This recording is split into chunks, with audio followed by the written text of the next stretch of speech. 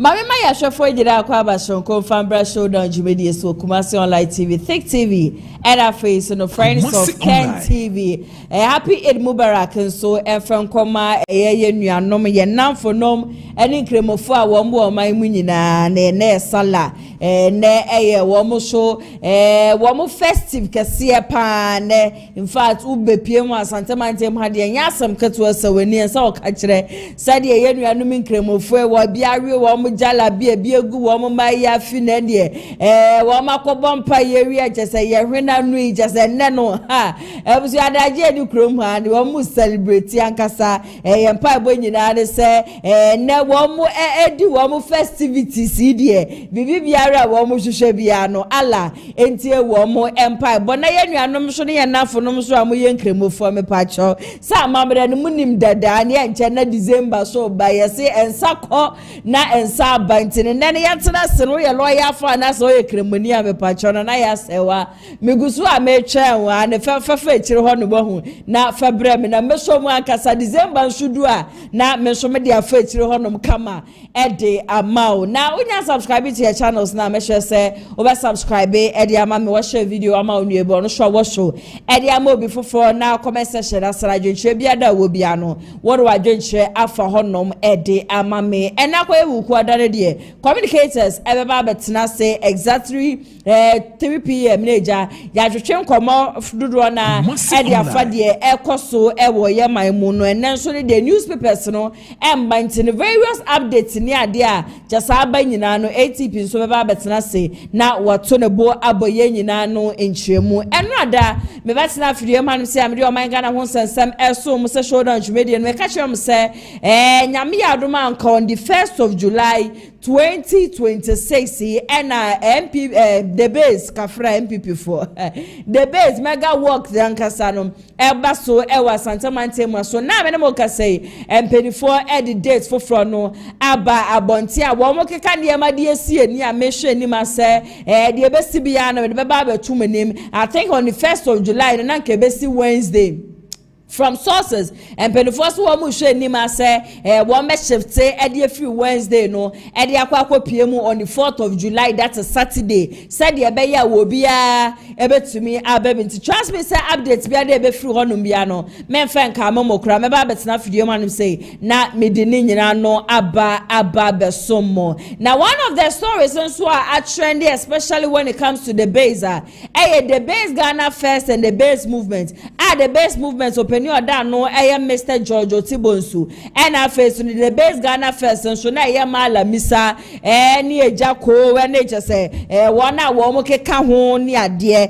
nanu ada me beka chem say kopie mu court ane the base Ghana first ejako ene ya oboati mu di enim no wo mo say ade a wo no mo di the base Ghana first ba first and the base movement for mo ba betie wura mu ni ade kopie mu court no wo mo di tu yenim say wo mo hwa so wo be asem no e de abafie na jese ndi o ma ba aba besiesie e wo fie se de be ya wo nyina no beka wo mo ho abomesane se the objective ne say yera Kennedy akompre kon in Japan wo beba na wo baba ya mampani that is 2029 to 2032 na nia mapa wo ni mu no wetumi aye e de aboa o man Ghana nyina no ti be kai ya aboa temba bontembe kasa be ka so on de asumdwe na wo hwehwe intini ya odi si ye de yakoba any ade nyina no wone ne nkrofo that is the base Ghana first for wom do ma kudi nyina no yade a wom de egu fom azesi ane de focus ane wom hwe nim se nyankopon be ya dom na yewra Kennedy ye jeje ne tata so me lead the base nim no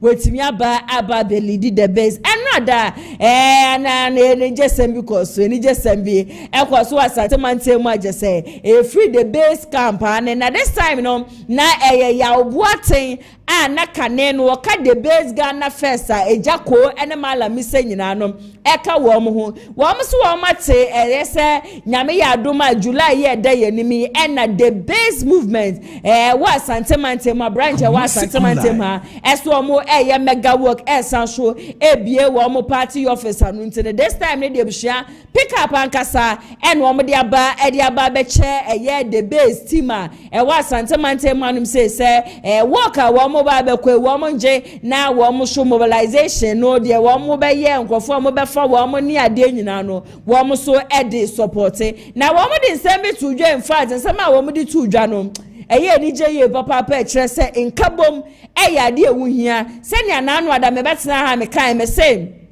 Bunny the base dia. One of the things I believe in yewra Kennedy akompre ko hine Japan. Intiti mu de anya de ebebo aye. MP betumi afre ye din bia wo mo pendis for so betumi afre ye din bia wo mo pe. Ba edru 2028 na se Ghana for the kokomete ne kwa akoto aba. Sada no ene yebehu oga no sada no ene yebehu se se na nkrofo sha se the base na nya agudie me se July ankasa so de na Ashanti region trust me ampaye bedwa na wo mo donate car nso no ye mpelifo a wo mo asante mantemu a wo mo ene di the base nim no wo mo je car ne fel so esa so ene sembebre na tudwa ebusia na eye ni kakeke kam ho ne yankwa na yankwa hwe the base Ghana first and afa the base movement en kabom shonko aje se abasisi ano wo ma donate campo e de ama the base movement e wa asante mantemu ha nyina no efemra sisia Must online Ghana map na mo say the base and aba na ote say ya tiem ka the base no waje so Ghana first they toss me the base no waje so job for the youth they toss me inside the base no waje so power yeah your mind is wa Ghana for ye de adwuma ni mpumtuo ni sika abo memu nyame nhiro bia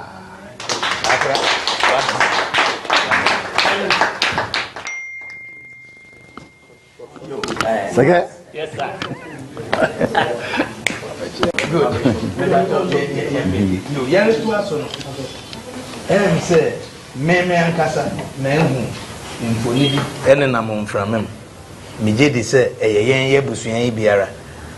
O say, Obiti wea, and ma and how is answer, Meme shedda a nim. Ankra, a water base, ye yebusian Cassipa. Name say yen news originally. Say on the 1st of July, a holiday. Normally, every 1st July, a holiday or Ghana, a Republic Day. Na saying Ghana, and says a holiday be a sin. Now watching him film yet at the crochet. Now watching every say be a long weekend. Online. Yen be I announcement be a one from Emma or say yen walk no. 1st July, Mestre baby be one so yenka and man as on to say the aqua the Saturday after the 1st, which is the 4th of July. I feel so numbers been in none and from them say so be per se or donate here on fanfaso and no individual members of the base one numbers. Nasabri, the base is an entity, a legally registered, a war account, both bank and Momo account. Any Momo short code, I will be able to me, they are donating directly into the national base account. Intimesre, a TF baby, I will be say, Upesa what the base. I will be now the Tikan bar, what the short code way. Ena ebeye star 713 star 3742 hash. Me pa cho me fani bio star 713 star 3742 hash.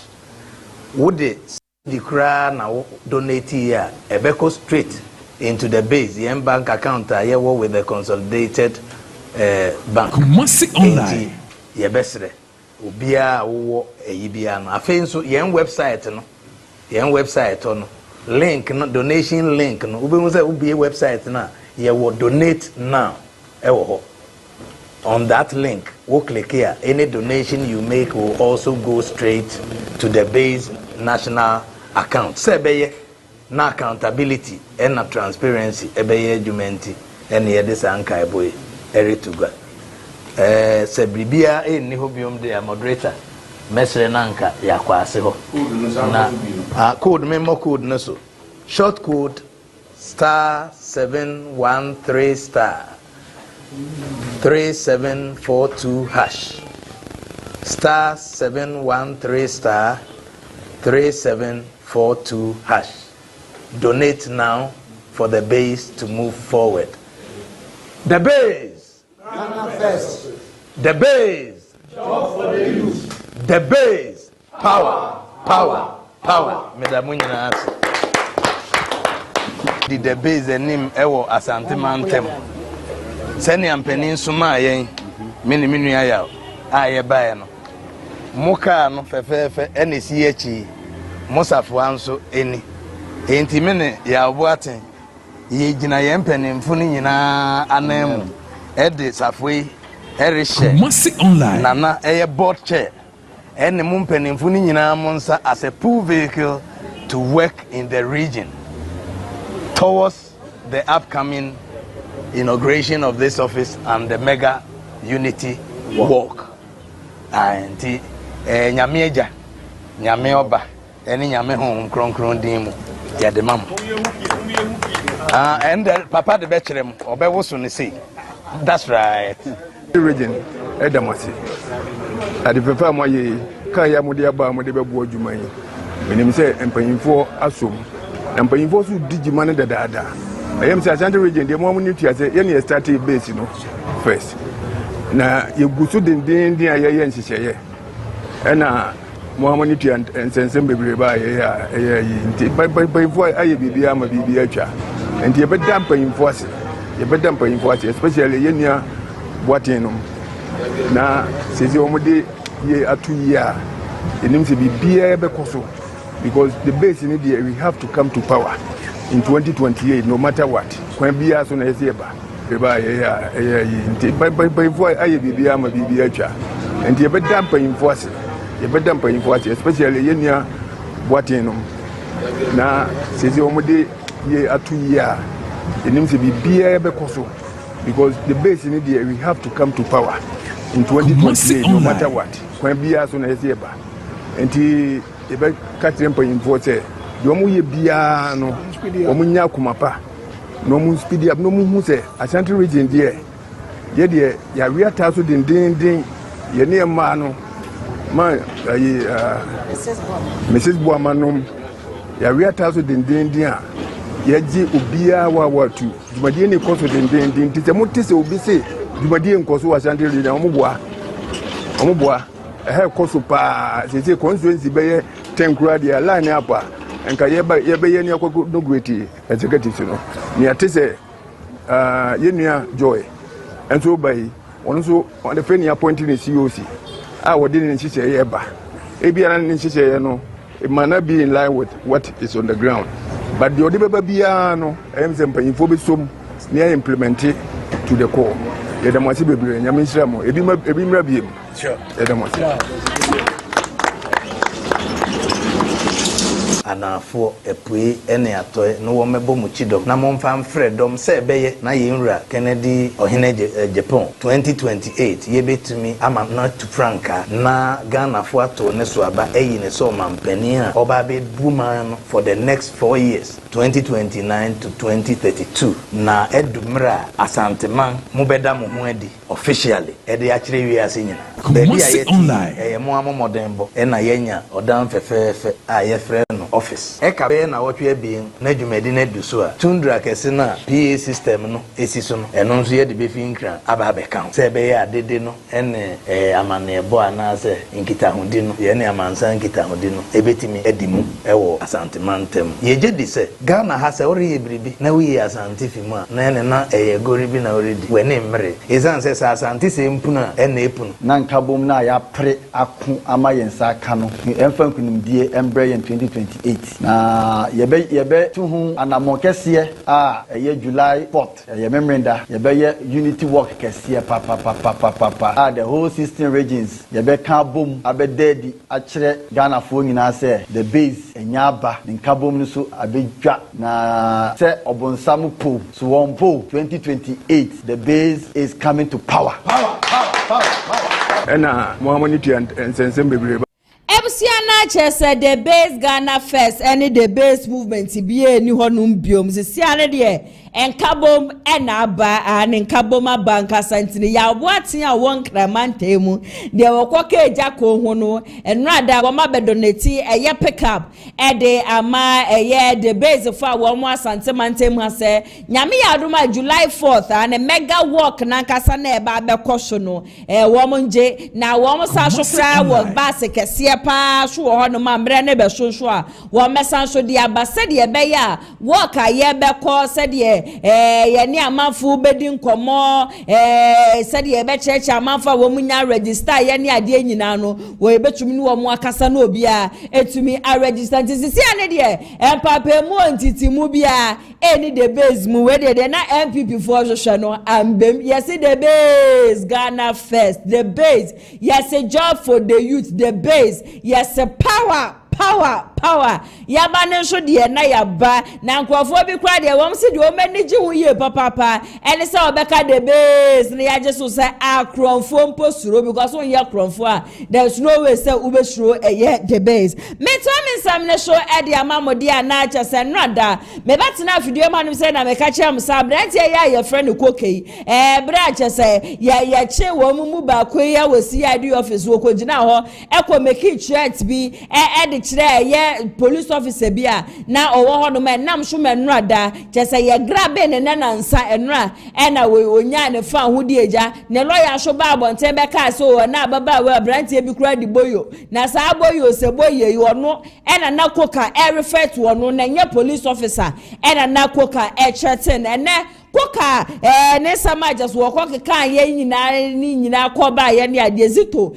na no atwumu bi Zito chese in fact oye so disappointed will Koka ne lawyer ni no se wotumi ba abonten ebecha entro chese enye ntro keto a obi enim se asama Koka kan ye na odi police officer na so ne lawyer ni se cha ne ho ba ye ebeka kire Ghana for se ya branch ye friend boyo se no aso mo hwe shoulder jumedi a meka chem said the same person ya wo mo kire se wono na Koka refer to wono no sa boy akura ba abonten abeka kire Ghana for se ensama Koka kan ye treta wo meki ye against a police officer no na ye police ni enyo no sa brantie no na Koka refer to it and me kwa me tuma mashafo se it between a Koka lawyer ni no anybody ye kuroi wan na chantro but enne no said ye Zito what to na boy je bushia wa kikan sam ni ade no enya asam ketwa yenkwa na yenko tie Zito anu ye a wode amakoka ene ne lawyer ni nyina no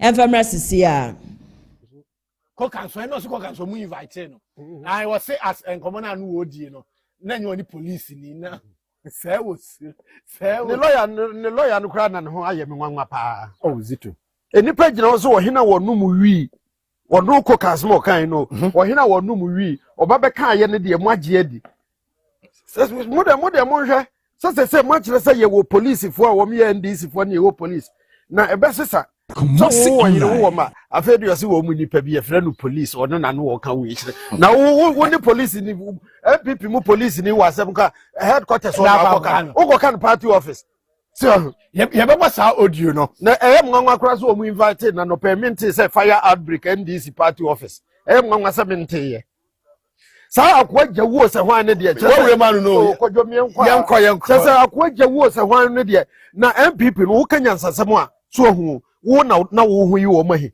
gide obekeka nsem a eni akwa ya ba be gina ho no mo ka se wo mo kire MPP ni bia NDC for party office wo behye onse da me ka kire wo me say abrantie bia owo Germany wo ma na damfo so nkotu ni battery nsa wo magazine na wa top wa hwe German for wo mu tools wo box mu wo de ba etu ni tiri nsa wie ye bie box akwa ba ko say wo niema mu anibre wo obi kokko wie ayo no wo kodam de o ka say wo niema na anibre no okokodam obi ka say niema mu anibre na say onye obe wie ase na anibre a wanya na niema na yira na wo kodam. It is NDC party office bi kura nanka ho ba be hye dada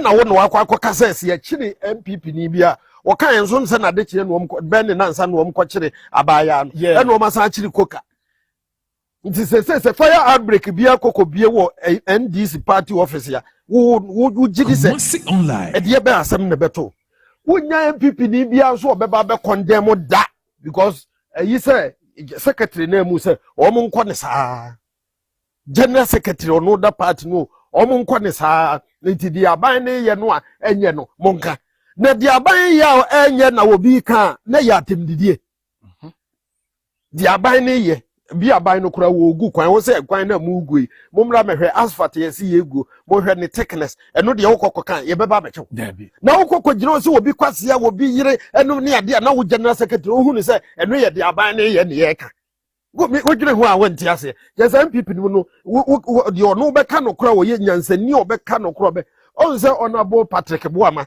ne ho asem taaba because on the young Yanseni no kwafo nim difo a obeka said the asem city obi akora nsoso na so to be ma abronye we etimi dika na de Japan atem am party no de aba ba ginani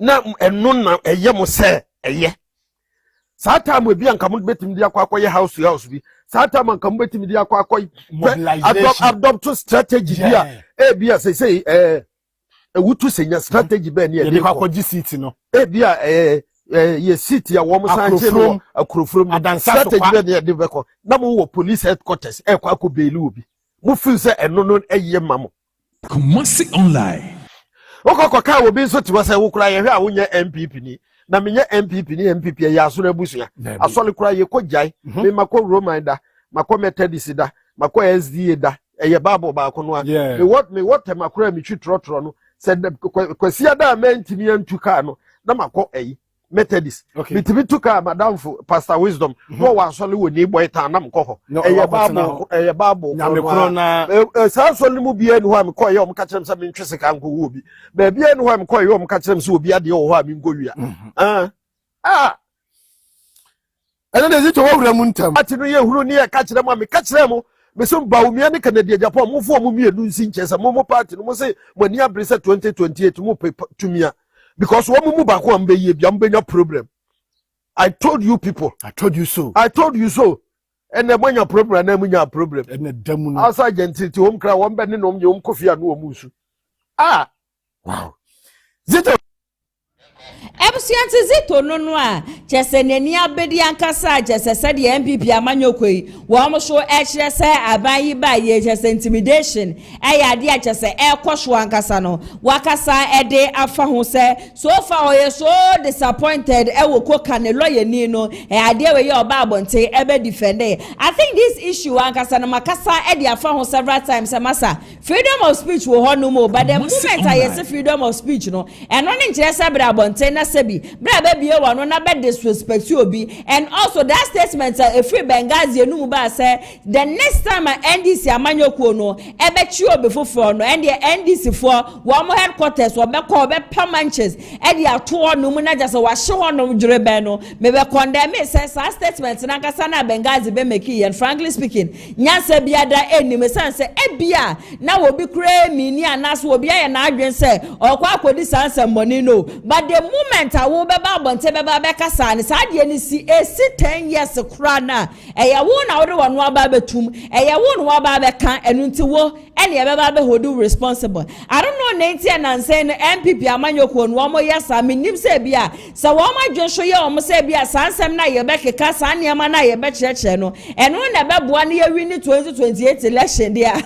I have no idea about it, but if NPP I serious said they want to win 2028 election, they really have a long way to go. Ram to one for sesiano abai na wo no niama bebre na bo she bebre na wo hono mo she Ghana fo a wo mu ni so 24-hour economy besin ebusua ye hu baby a jese ahyase ani mpo woni yakwa hu baby e bekwa wie ba no women development bank ebusua said ye tie no saa netie akwanya wodo a wo mba wo mebe kan ye enu de ya letter bi ene na ne na mabe fontentan fidie so eye 11 won sansam ni ade no kra de ma sheda one no matter me kutu me hwe nim say communicators betanasia sasania ma we wo mu defend and na say wo mu be put it on hold because MPP wa be mu de niam wo mu ye Ghana for na ye bonje sho a wo mu de ye to abatia wo mu no MDC by the same thing it say MP before be so wo mu win 2028 election they have a lot of things wo mu betumi aka rather than say wo mu adaje wo ene didi atem ene yaye we ne ye be shi obi anu wo mu condemn na be defend who defending ni pan so na wa try possible be say efutu obi ada so esafota bia no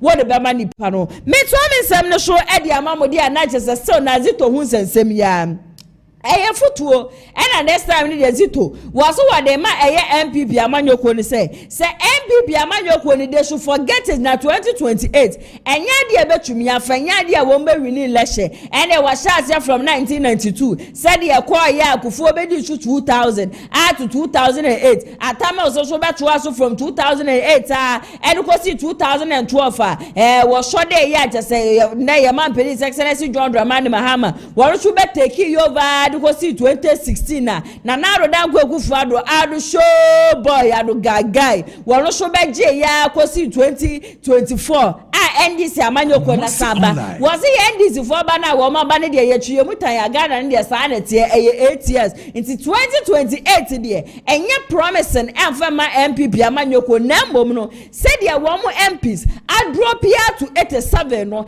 eno ena wo se wo mu focus wo sa ne ma no shumbom na wo mu hwekwan a wo mo befa so a wo mesa so enya nipa ni bebrebe na nipa ni bi aba be count na shocking lebushia Zito o kasa ni ade nyina say na ikane no your police station organizer oh wa was first no now your police station organizer na MPP ankasa no utu wo mofo a wo mu ntie yentie Zito futu a wo de ama MPP before no enfermera sisia monya mo adwene say 1992-96 yedi ma NDC and yedi 2000-2004 ma NPP yedi 2008-2012 ma NDC and yedi 2016-2020 ma NPP iti monya mwadwene se Ghana fo ato abama NDC 2024 yeah automatically 2028 yemfa so iti yenkoko build your parliamentary season NDC beat him over 100 seats munyu mejimu 20 akase nye 80 plus aka 80 no akwati 20 na free 80 we will be 266 ya now so one win as president ya it is even cause Dr. Mba we win 2028 na bo kwaji 30 seats ya yenti 30 302 akase 72 ya 30 na free 72 wase be 242 seats and Ghana so 137 kura hwe see parliament 137 court nyina ba ya de yi ma amokora mpo amba benya no etimi me de me asam no me ka asam de adefedefo obi ana me ka asam ama enipa nyina ani aso enyansafo no anokwafo no a wo me ya badwema no wo mbeti asam no some send audio bi bra yeah wo Switzerland yeah obi o wo Switzerland wote ho no anu wo bɔ ne bra wo tu ni kwan wakoye na dwuma 60 something years 65 years and for retirement man be so frame we say na crowd so hotel bi opese 3 days you dey enkwahya ho ne enye interviews wo kekema no so it is a wo no tete wo wa yi so na say na Zito no a yi ne boxer shorts to atete no ya na ba wo miantro no wo twa na yi ano ye wanim di fo bi nso wo mo nso ti asem no hunu say papa yasema wo kai no correct so obi be 2 over 100 seats for parliament. We say the next you know make me baba when as president. We bet you akwa seats in say. Anya ye kura mu hia say bet me seats be 54. 54. Do am ko seats be 54 no kura no. Won be BTNDC e be 2 seats for parliament. Eye ketwa. Now said the president Mama Ghana Asia ye me say na Ghana tie 2024 na win the election. E dey dan kana o de be. We wo no na me say obi nkamfo ni kurafu nti wo mo force say ye pass mbinka. Because say o me say NPP ni woni ne chentuma na wo de krata atal mu ba ho o se ya hye wo so. E ko de ho so ya wo so wonu nu anya papa nti ne ho na krata atal. Na se nkanya sa mo ba bebu o man to a sense obi no akwakoye na dwuma nya ne sika akwato ho no se medidi ho no o se mafaji 15 years se dwo mama na ye we ya kasabre nyina ko ma ye audio the information centers and sorry dem nyina o ko manya ka o sorry dem nyina ko be preach amna ye cathedral amna ye wo matutu senka 20cc ye be ko general election ena nanka president mama atu amna sa wo ho no mu a ende de ko mde be ko secondary schools nyina ede akohwe obo mo daachi baby say he amna wakotu ato 1% tonto o ka MPP ni bi ehuru sa de o mo ye no na ha Ghana fo obi so akoye demonstration say galamsey no kwan nam so ebetu ase a mo kire me ba no hwede mo de ye o ene de mo mapen so de mo se mo de mo nti ase se akokire obi etimi de o mo no de o mo pe no mbe ye obi amfa ho na bom as to say wo beka say NPP di obi anka NPP asem NPP ni obi de ye Ghana party ye party ye wo Ghana e ba aban mu aye be die so bi adekofo pombre nya krakra kas ba ya ye bo ka no nyamo amamu bone habo ye denden dia ye bo ka me se nka kofi wo pombre nya na the company na tumpo ame na me sales manager sa brinka e bi kra nka me a wo soma me korea ho ma me a wo na kokofa kas ne ba ya wa bo ka say to ni pension wo me otimi ko yi pasha the pension ska da achi wo ba be ko retirement obedidi wo ko yi bia be he no wo se me ye nka ho asem wo se me ye nka ho asem omo fro camera me wo poa no omo fro camera me wo poa no o mba so PNN2 ni kire wo mo fie wo mra me ka say die enti na me kan NPP asem na wo no kro so ye NPP che hwan say nipa no a wo ka no ada na nsema me ka fa NPP ho de me ma ye wo party no obi ma me ka say me boa me say 2010 ya amend the constitution no August 2009 no or 2010 ye polling station ye me na me ye organizer you ase MPP polling station ya eto aba wo Methodist primary aden wo ma be kwa ma me bi hwehwe nkasa mmoa ye ko amend the party constitution am say na me ka ho a me CEO ata edu say akwasi awuade jo santa aden no be kwa wo ma be kwa ma hwehwe me kasa mboa ya we you me say sa no ya amend or say reflect rebuild recapture and a year wo de to sa no so no aden no obi ma be kasa mboa me se Kofi Poku edu se be kwa MP 2008 me na me kasa ma no e wo radio station obi mra be kasa mboa me se na me represent MPP o Gem FM obi mra be kasa mboa na wo ba be to aba 2020 ya wo so ye MPP ni 1979 me se na me teta wo mo posters Popular Front Party obi majimachi 1979 na mo 13 years na mo P6 79 na me teta wo mo posters ojo ya o but I'm for be no so nkyere say that's what they are saying omo no kyere say wo wanu mu kasa no so ha party no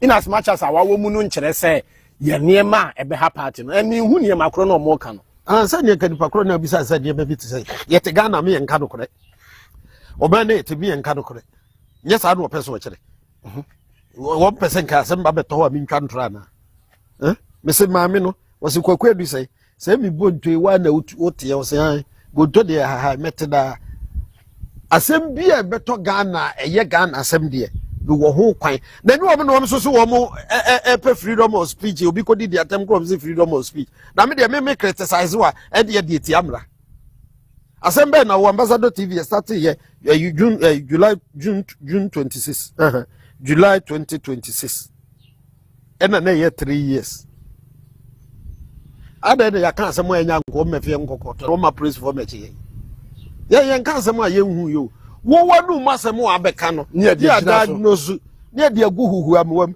ne awosu ni se ya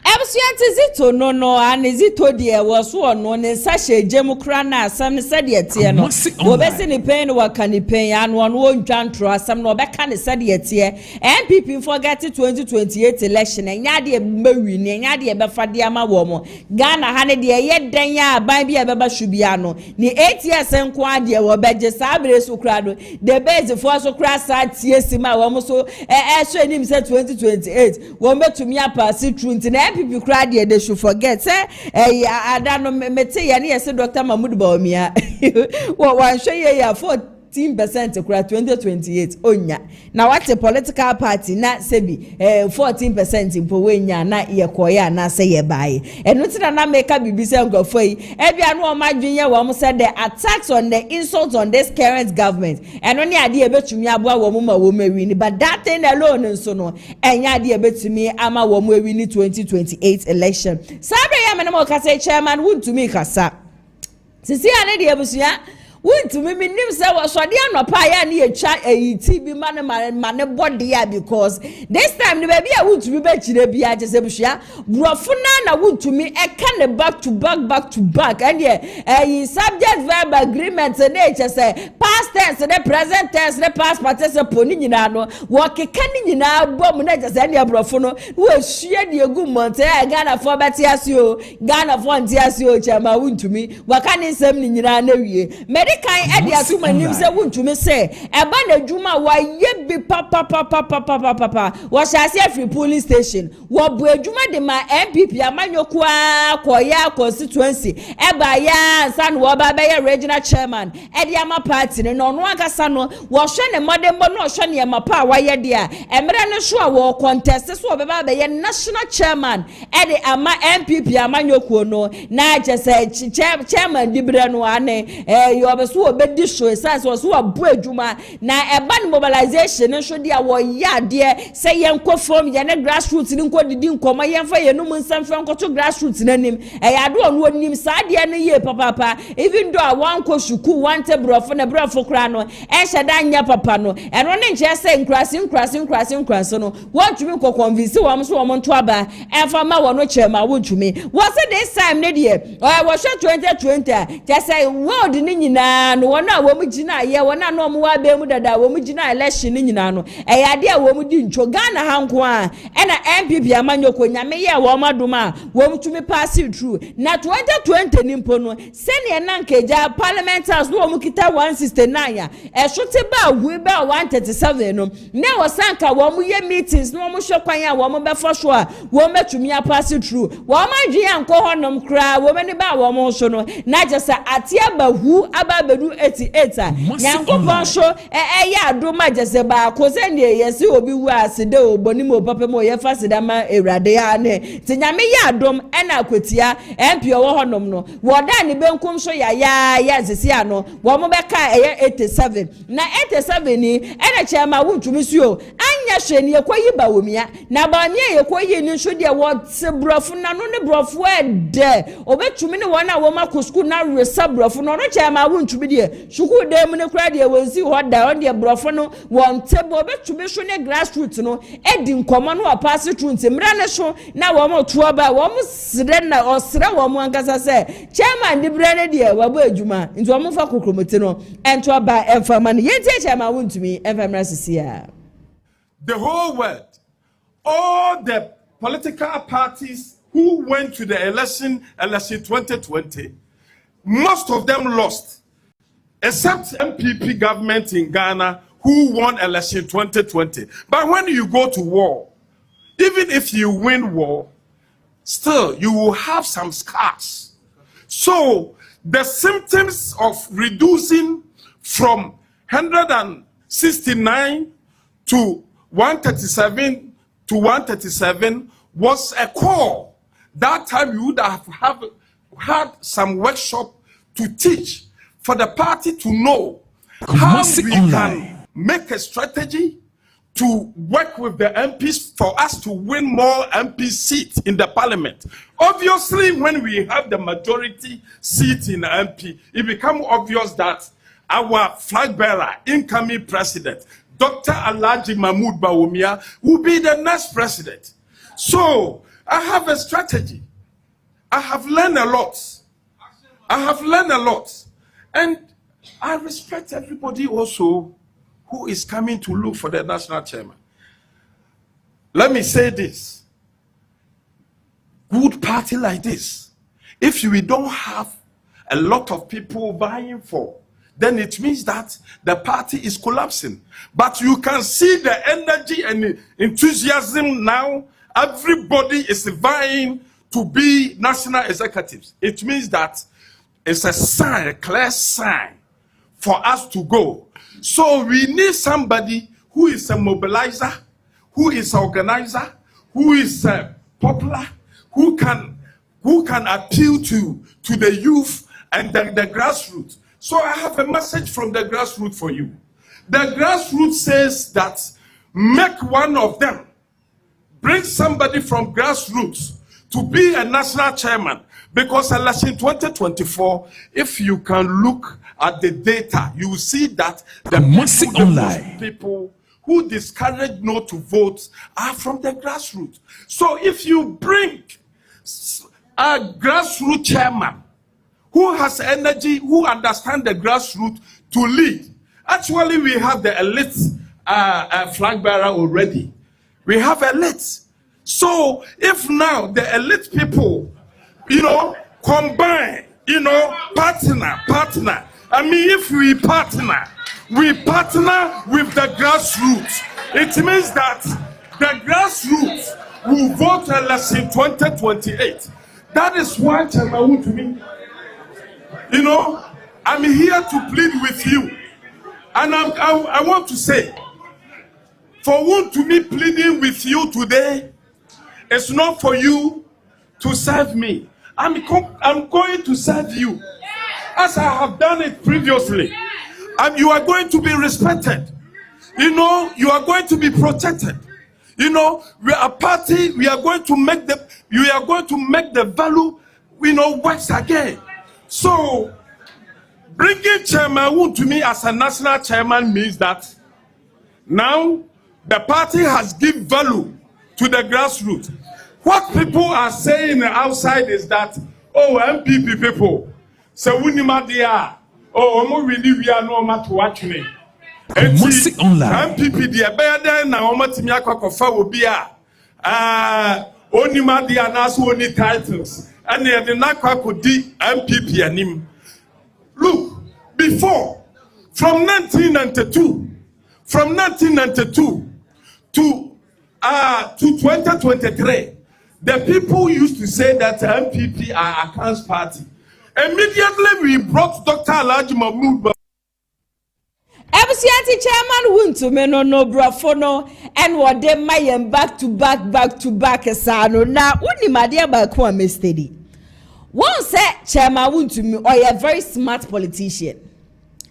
Yen shebra na ye presi e be kwa selected Dr. Mahmoud Bawumia. One say e ye didi atem and I'm looking for Dr. Mahmoud Bawumia. But a drew chairman Woon to me bre. A drew swat chairman Woon to me e press wo beba be national chairman. Ye be kano kura won say chairman Woon to me obi odi na chia na ni nipa bi etina baby edu eye candidate nka na aka na tem. You never see it. Chairman Woon to me wasesa de anim se de Bawumia de na no mo press wo beba wo mu di atem a ekofa ntiti mu ba ye no a enne party ne nya kono a nipa bi kura wo hono ma wo mu mpese wo mani kura be hu MP before flag sumpo no won say Chairman Woon to me in Ashanti region amafo taka ena den no ye wa santemantema wo tumi ama ye party office impo Chairman Woon to me deserve so be national chairman e de ama party no but ebre wono ankasa mu no o sha ase se wo ye ne campaign this time no twi nimpo de won kan on catchi nimpo Hana never fa no brofo no what the mayen back to back. All kasani nyina no say men crofo a me ne wo mu age na nyina no obia deserve Tio ne crofo a onu wo mu gina nyina bo achi eja akomo ne jombu edumo ne ade nyina they all deserve it but onu chairman Woon to me there owo hono the my grassroots no yentu abanfa manesan say yakofa candidate a whatever of into ono babo Woon to me ntebro a obetumi akofom ne efomfo na kwakoye adwuma na so ebre na Bawumia mo preso obeba be ya flag bearer de edidi atem ena mo de mayen Bawumia na gasa mu no enkrofo anu wo mu di atama nimpo no obosa enkrofo na baso but you see how smart Chairman Woon to me is ontina baby ni obi atemda so omo beto ama no se wo mo to ama no one day wo kan dey wo ba wo beba beye but emre bi etwem no na ente sa minim se ye dan ya de si ya no na enne wo hwe se de wo mo kase hu baby a party ne kwa they are gradually learning their lessons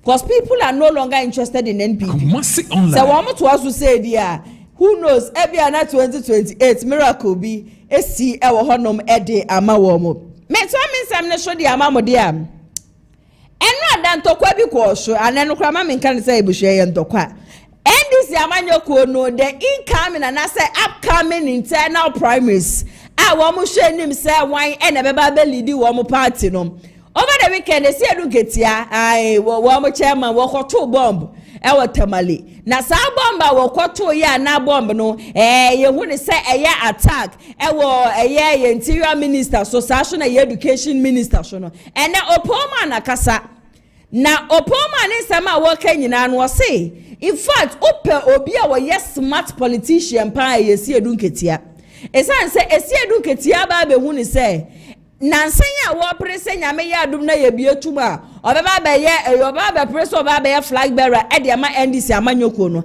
amafo be sha ase yusu eye haruna bo ma ye yi ni free honom sa so ene ye muntaka so ye yi ni free honom ebra na wo mo na okopie mo parliament a wo mo ye minority leaders ni e pame wo mo nyina free hono onim sa amafo be yusu sa de na against you no enu nti eno ko gina honom a okoka so sisi ane de na ya de agese emre bi etwe ma adwenyam se bia wono esedu nketia wono muntaka na se bia oni hari na idushu e wo problem no ono wo munyina ni problem na mbom no se de na MPP amanyoko no wo ma mismanage the economy no na wo munya wo bia oye very smart e ba na economy ni so wo ya de wom eno mdo ko fa ato force mbaye na si edu nketia ne kasam so sa so krasi so se enna manu shu nti no emre ekọ nanim no yade a wakache ya mampeni His Excellency John Dramani Mahama say sisi ane de hari na edu shu abo adwuma muntaka shu abo adwuma ntini se dibre kase bi wo hono me sefata yemfa sa dibre no enfema wo mo enampa sa dibre no wo mo sakan ye wo see NDC amanyoko ni internal election no ebusia ebe yensempre na bebre na ewo maimu yenti opoma ni nsem ni nyina no efemra sisia. Yeah, starting an underground campaign. And Ube say campaign now more the information I work across say others is using Mutaka and Haruna Idrisu in the northern sectors, any northerness against Esiedun Ketia. So uti omuya. No more person which say Esiedun Ketia by the two minority leaders na wo ho a omu nyina yesirimfo no Esiedun Ketia ma ye om free. That is the information I own. It is Esiedun Ketia no say contest ni nyanui but so an fa kwan bi so nyina bibi so amfa nkyirem a ebedru ba bi no mo de ye den on the bon. That is the main reason why I so smart as he is, no taking advantage. Now on my Esiedun Ketia, don't play with him. Not the politics nasi. On my own send you city chim. Send you city chim. We end this in a bull for crab day. But yes, because or say or change because of the party. And because now Opelbia obet me and meet MPP for no squarely in terms of economy. No it me ama yen MPP for no ya no abrase. Na pave way for the party send ye be on be winning. So my old tenancy so ahwe papa we high pa. Ato reference say force no. O high pa 2023 2022 no. A say every day. O person chese ade aye bia anye dey enye papa. Odi we be to hey. True or no kra ne kodu ba bia afi de. Court sem ni ade ade na ebe. Enti system no say Esiedun Ketia chim say obo say in a way obi a otinchen abe hu say say omo be kan say Esiedun Ketia time Mutaka Esiedun Ketia time Haruna Idrisu nya no kre empo eye bibia oye for the good of the party send ye be yen lose elections so no na Haruna Idrisu so hu say on the other hand, no wiki no. O man so say bi kra be hu no. On the politics there wa set agenda no. Who set you no eja ma for you. Yam fan say set sa. Say am use no it is ale. Of friend no the man campaigners. No more than am say oh. Yes say na no so ko forma. And Esiedun Ketia so hu no abedane no. Enti quickly now say Haruna Idrisu so reactive. Eko chese o ade no krupie entisa. O man hu se ni o si chirem. or see because of sacrifice or they are to force and sacrifice mutakani harin Idris send a bear party in the winning. We and one santia no as party chairman or catch a president say Masankro for a very higher position so that there will be a cabinet ministers. That means he did that to resolve wena oya who say how into obia wo doma mutaka obi o doma hari na drisu so me 100 ni statement as experience as otiano obetimi awai be nipa numbe 30 40 50% free amonzo na sa de o ye no kra na nya dey na nya bone na no so kra manya post o my papa no mo frɛ no ase edu nketia no se wo compete no no anya abotrant ase now you adwen se wo be take starter wo mani nya wa no aduru a obe kantao no hwe odo be hwe wo it is such person one ne ya ozo ma de bi ono taking out so happy bi the idea cause so ya asema obe kano o man hwe oni your former vice president Koshia Osunyan for Saturday no na wi na kopim anwumre no na me hu your former Ebusuansem ni nyina no ene yakọ akwakotie free opoman honom no na agese said ye si edu nketia eka ne de wono de eyade a wone no eya adwen ankasa na no adanso nsem bi si wo eya parliament house na ese woni na nsa oka kire eya Mahama Yariga ene Afenwoma case the minority leader versus the majority leader. Afenwoma case real parliament house and ebusua ne wogina honom no ne o hyase and was sisi ane de ato force na just wono minister for finance and as a finance minister so ba PM parliament house there and na anu ada said ya telecos foi wo mo send letter ne ade kire sisi ane de wo transfer sika e de free wallet mu de akọ bank account mu de ya betu 0.75% de womra na wo mechire mu na wo ka sansem ne wie ye ne pe ene ende busua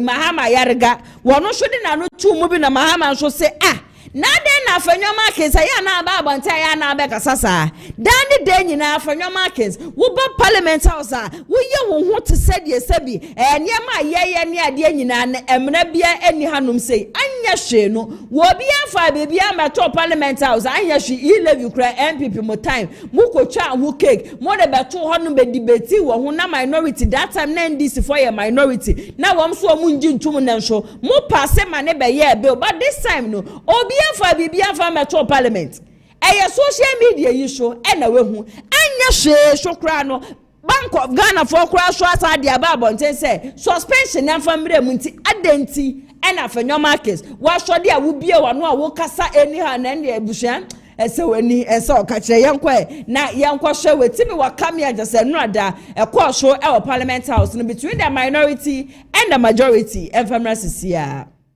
If the finance minister may recall, his government decided to repeal the e-levy law, and now Bank of Ghana is introducing the e-levy again. Minority leader, I recognize that's why, Mr. Speaker, because the finance minister is here, and now they make an announcement that they have suspended it for further minority leader, with all due respect, when we operate within the rules, problems of this nature will not have it. Very well. Yeah, Mr. Speaker, with respect, that's why I said majority leader, you have the floor. Yes, majority leader may intervene. Yeah. Mr. Speaker, I request that everything that he has said should be expunged from the records. Mr. Speaker, this kind of lawlessness cannot be accepted. Not especially from a leader. Please, let's get serious. No, let's get serious. Let's get serious, please. Don't let us start this meeting on this note. We've been in this house. You have just come. But those of you who have been in this house, for God's sake, after votes and proceedings, it's the first thing to get up and be asking questions to the finance minister. Is that the first thing to do? It's not even because, listen carefully, the finance minister is actually pleading with me to allow him to get up and respond to him. But I'm saying that cannot be accepted as a practice of this house. Otherwise, we descend to chaos and lawlessness. And you, the minority leader, you cannot lead in allowing this house to descend into chaos and lawlessness. Please, let's stop that. Let's stop that. Let's get serious as a house. We have rules. If we decide that we are not going to go according to our rule, do you know what is going to happen to you? Your very right as a minority to say what you want to say is because there are rules that say that you should say whatever you want to say. But the same rules indicate when you should say it. Please, you are the minority leader. That is not how we behave in this house. You were a majority leader. Is that what your colleagues were doing to you? Please, let's stop that. You just get up and whatever you want to say, you just say. That you are who? That you are who? Please. Honorable members. Mr. Speaker, honorable members. we cannot allow that.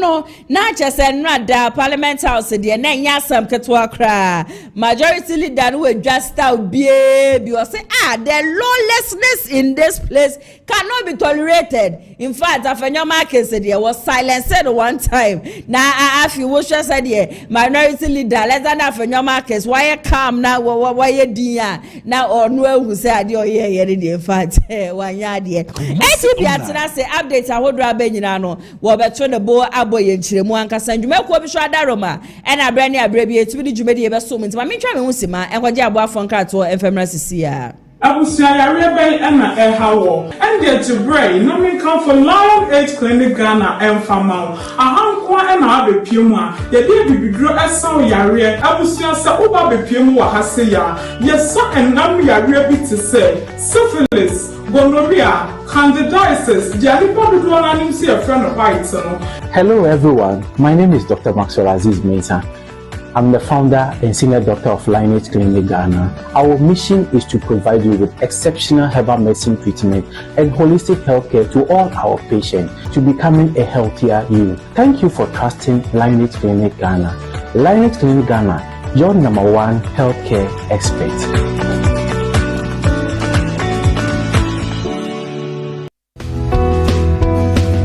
Wow, what a nice cars. So peka eye neat pa afeni eye free so e de abadia. Contact Dennis Garage. Hona benya ka tiapo a eye neat pa ato. Ka efeye eye latest models cars aba.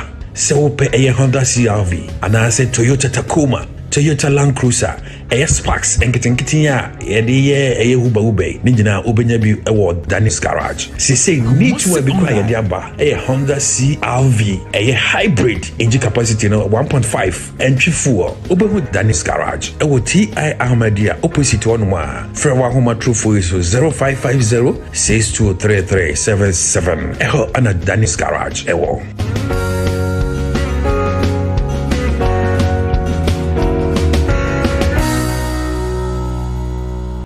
Welcome back from that quick commercial break. ATP, Mamima Okwaba, and Sembenande Ikitao. Nana ya se o mamenjo oswa na ene de onse ne holiday in class no mama ntino ye de etwago social media we beka se social ene ni nua media ene abefo tinta fidie so na maboabo no a me de eba be som ye tie for se showdown dwumedie na onim se ene de die nkramofo du o moda idi ada na ye mampani JDM wakasa na ne sama wakanyina so my Ghana ye se ye mapepepe ye kro ye etimi bem obi nkase we ye tani we ya santini we ya fantini wosisa ade ni nyina no eye ejai anso no man wo de eye afutu ankasa ede ma ye timemfo titiri any youth ni se de bia da de be sha de be se bi esi we akodom tampe we akonu se sa drugs abuse bebre na ekoso my Ghana mu ase nyina no ye njai nyina se de be ya youth no ye eno my Ghana ni future se de be ya ye betimi akokoden ama my Ghana fa no ntoma perfect ne ye man pani JDM de sanse me nyina eto no abra wo de nkramofo ni nyina no ehia ye sanso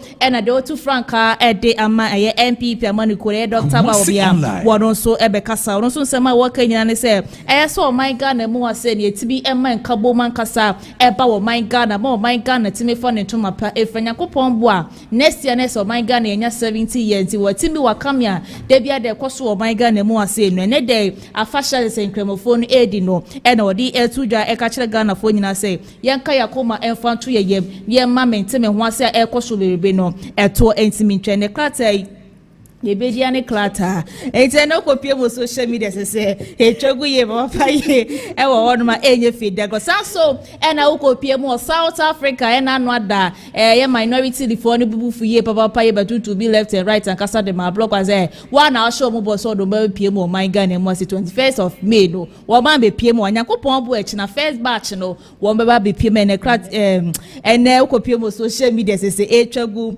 e wo hono ma enye feed ya go na no dana rehosem esi wo ye o my Ghana mu ase ye kumase ne tashin my kwantempo ne so ye ka kwanhye bi esi ye manipa makoma kudumienu efa mo hworo mo kwaya ya no e da wo pie mo social media ade etre ne ye papa me ba hu video ni bo hwe de wi amafo si bi gugu fo mo pa ne ni pansat ni panati a na otimu ze ni pankasa no na ya se wa ye se hwe kra enti what one man naja wonu nua matima kan bo mati na ni pa ye nyina se ya kra ye ma me ba ko a wonne ne mamme ma fo o ma kwasere busua na wo mu ye nkremofo nso na ne sale o me di sala wo mu be di sala ATP mamme no ne ne first born ne second born ne third born ne last born ne ma fo ebusia na hye aka papa ne nko a one ne ma ne nyina wo ma wi ya jese me amani bo videos ni bi so na me ra ho ye be sra driver for sisi ane de baby a ye dru ni nsutobre mu ani e form ye sra mu aye amonto mo bo what speed no mo ntiatia break ne so kakra mfa maye mo ana mo de ye be komo ana mo de ye be ba ye pente be ko hwe wo mo egu aba be fa foforo de ye be si ya no no wuti ke mu so na driver ni ko speed a be pa to kasa ho na nkwa na nyamienu na nyamiensa eye ba ko pe wo bie no no ma wewu akwa asa so ba biom enkwa ne ye ba ko pe wuti ke mu na driver ni ko speed a ka chense me pa twa nyama bra bo e na nya mekra e na de ba be bo cheskere wo kwan hweti break wo na obetumi a sinafa ka foforo ene fried rice ne banku ne tilapia dokuno ne yi emode enya no kwa edai pa wunim de kwagosu wasamado ene wo hwa yesi wo baby a yesi amanfu nyina mangudu nyina na age ho no mafa mangusu nyamba ju bekom na nsamanfu mangubu an wo mowe me memo bi me kume ya na me nkware mangubu ebra matumi akwaje me fante dokoro na me nkra dokuno age mokoni ade nyina de esi akra nkona na ya nsu kra sia tutu yi na ese ha be ma dia ye be June July mu nso kra dia enya asem getwa ye sra driver for wo mitiatia so emfa maye na me to ansem ne so dia ne esi HIV esi esi ano Ghana hasi ya buti sa die bi no all the 16 regions ne ye ka Asante region ya no ese ahase ni edikai na wo be piem so Asante mantem wase so so akopiem odwaben ese honum na my guy Asante mantem nyina regions ni na Asante mantem wase no eye dwaben municipal honum no ese HIV AIDS ese ebu wo honum enti bright ene ko akudan kwa mesere mo ese na ma na mo fa wo mo rubber no mo nhye wate ene sa pandia AIDS ni mo betibi we na ya we free na ya so you my father enti na meyi na sinchen no enra me chi no baby na de ye so ne dwumadi ni so e beka ho ase ayo enti yesi AC na bayi na ya so ya hwo ho ye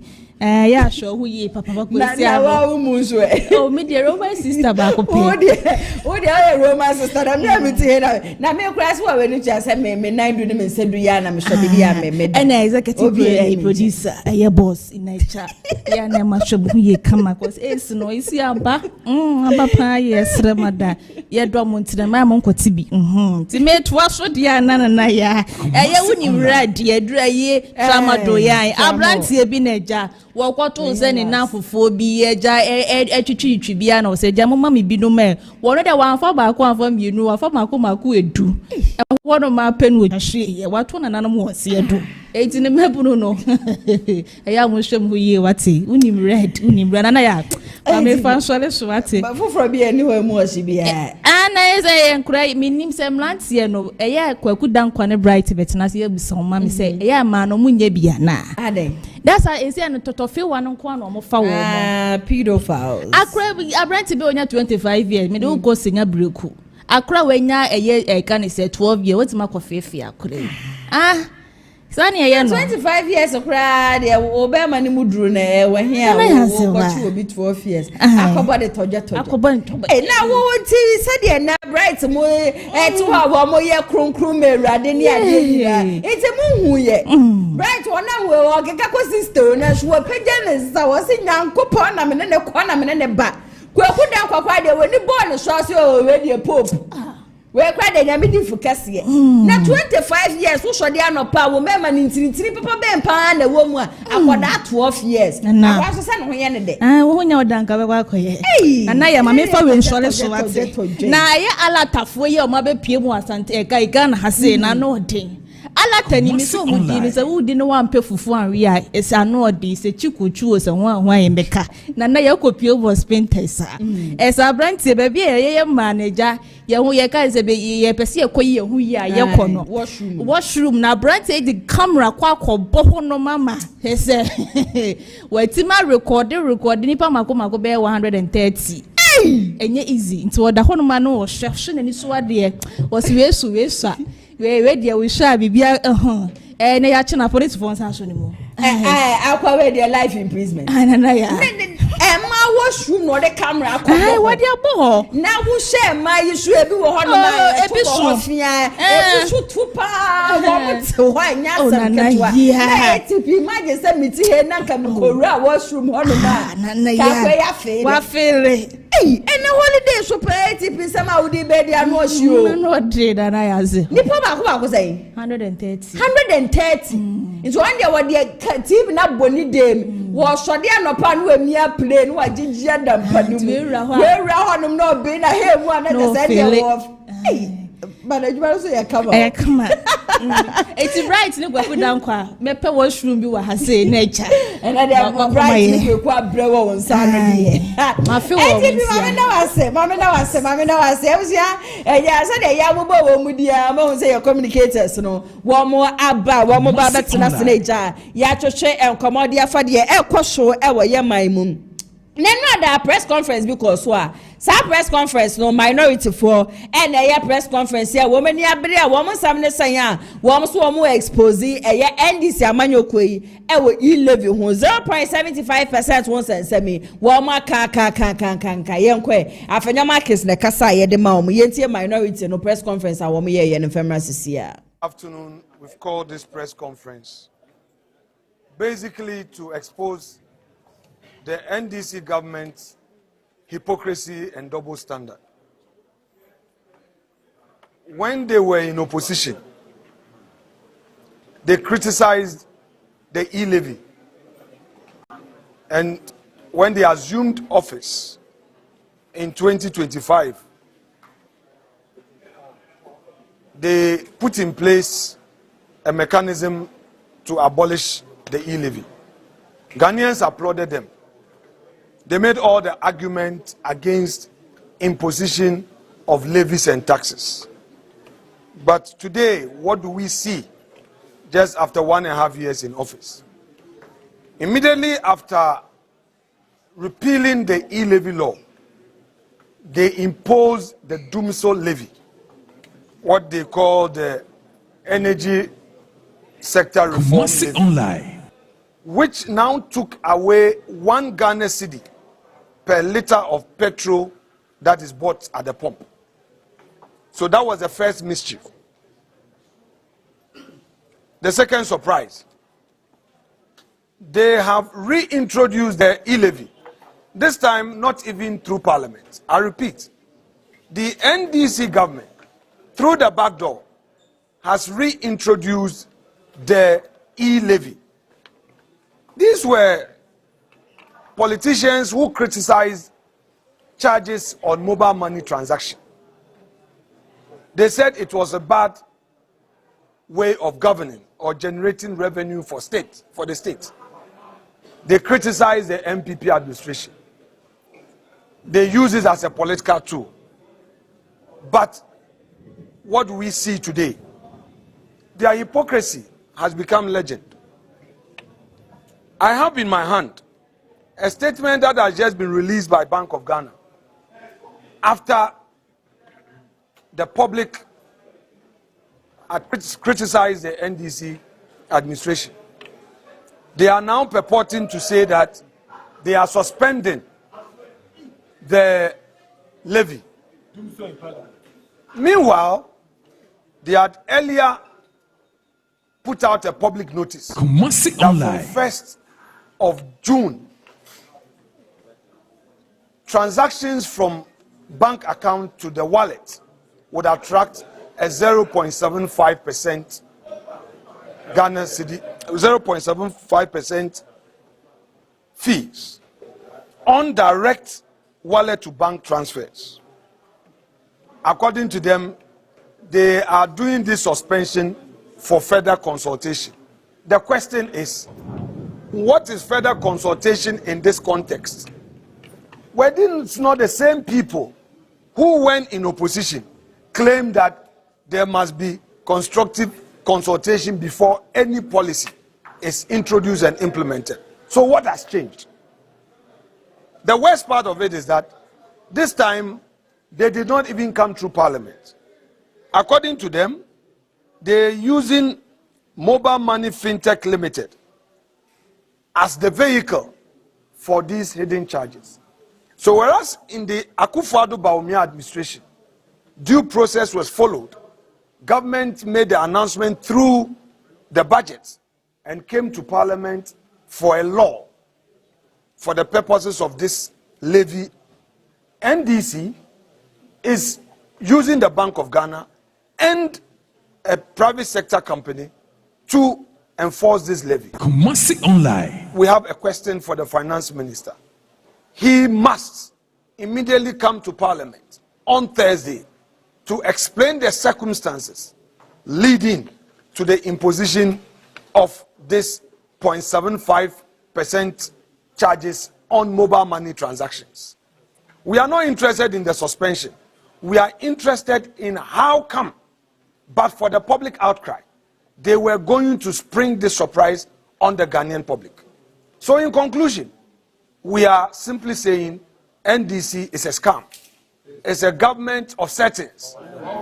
They don't believe in what they say. I repeat, the NDC government does not believe in what it says. It says one thing and does another. It doesn't keep its promise. It is a government of propaganda. They promised 1 job, 3 shifts. As we speak, they have failed on that 1 job, 3 shifts. They promised cocoa farmers that a bag of cocoa will sell at 7,000. They came and they have rather reduced it.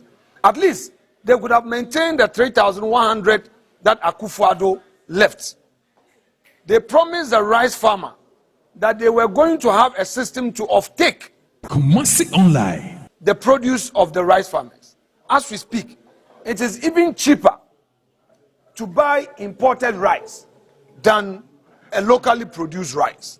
They have lost their policy on agriculture. Maize farmers are complaining, yam farmers are complaining, cocoa farmers are complaining. On electricity, within a year and a half of being in office, they have increased electricity tariffs by almost 30%. Water, 19%. As we speak, we know that Dumso is back. They again do not have a policy in place to absorb our trained teachers and our trained nurses. They give one excuse after the other. Ebusiantino and Rada minority in a press conference. womo ya na chese womani abedi a womo kasa ede afa the introduction of e-levy ho 0.75 wo transfer sikadi efiri momomo akọ wallet mu ade etwegu ya amafo nyinya message ni ade nyina no wo se NDC de wo ye scam wo mabedada Ghana for se wo metwem na this time ne so de wo ma hyada ede abana we mpo de wo ma fa nkọ parliamental so kra ama ma nkwa nkoto so aba we de amfa honom kra ntino saba wo kenyina no na matomebo achechemu ede ama no me communicators atna say ya bright kwaten wakasa de ma NPP sa so na kweku dankwa wono so kasa ede ma NDC in fact kweku de mhia no ekeka ko 60 years ni kweku mama mo akwa aba mejoso na nso ye nkremofo danti nkremofo ne de ma omuni na happy edwada na mesha ala sha omuni na this day no homo special day ne de omuntu omunsem adwidifo ewo especially me NDC form ye Muslims ni na me morning na happy Eid. Okay, woman na also bright na wo kremodin ye den Efremi Usman Matia me ha Efremi Usman Sharif na se kremodin bia obi ara ma bia o feel say de bia me man kremofo nyina Yakubu ne de na se mama na Yakubu na se me se Yakubu ne mpanimfo bebre na de Yakubu ho menya nduro ho meduru ho no ma mefa Yakubu na atasa no nso atasa de se na ya se wa yankremodin atasa se de yankremodin ti me chia kremofo ai na kremofo all the Asamase constituency ni Asante Mantem ha nyina me chia obia Eid Mubarak assalamu alaikum warahmatullahi wabarakatuh ala nshira nyina bra yedi Eid adai onye obi akoma so ade ma no na nkundi aye 2028 no onshira Alhaji Dr. Mahmoud Bawumia na onfa ne mra medi Ghana so enfa Ghana enko enipa ho nko a amen so amen oh ma just we amen na me just we amen di ko just amen na ba just ema so se Ghana ya odia boy price na menya dum na ben kasabre ka Bawumia na wo so anka wo cough last time was an Kenya sam kitso nkremofo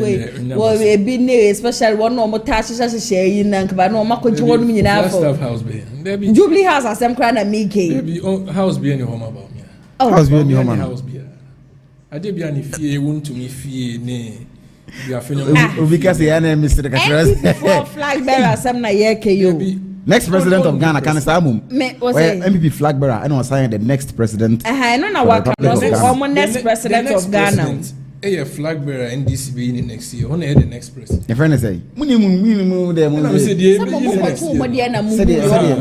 na say the musa sha say ya munyoma we gina ha na otuma ni we gina ha na otuma ni we general mosquito gina ha ofre the interior minister me MP asanwase MP ona bu muntaka Mubarak ofre the other guy hey Arefie ebe mo refi muntaka din obi a wa MP close to 24 years ofre the other guy Arefie because September me can be January this year me can be me say there is friction be our NDC once me can say mu you once na adwin share there is friction NDC is as united as hey to 2020 how na this one abu ko gina ba bia o say the thank you tour ekoso no your curtain raiser thank you tour party chairman thank you tour say curtain raiser na thank you tour original one ankasa ne the president no nti NDC there this obi one person obi fie na be ka say bia to kwasem ye ni na ye ni tua bibia NDC for the mu be hye kura de ache MPP mu de na mo ye ya mu didi ye ra kene de atemi mi de mani atem me manyina be bia ni atem da be so na nkasa wo me say MPP for me can say MPP for bia say the make an opinions are like no so bia ne de